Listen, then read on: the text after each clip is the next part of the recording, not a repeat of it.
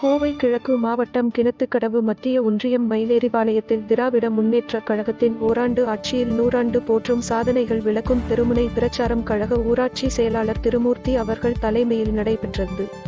ஒன்றிய செயலாளர் கே. செந்தில்குமார் அவர்கள் முன்னிலை வகித்தார். கழக பேச்சாளர் கரூர் முரளி அவர்கள் சிறப்பு அழைப்பாளராக கலந்து கொண்டு சிறப்புரை ஆற்றினார்.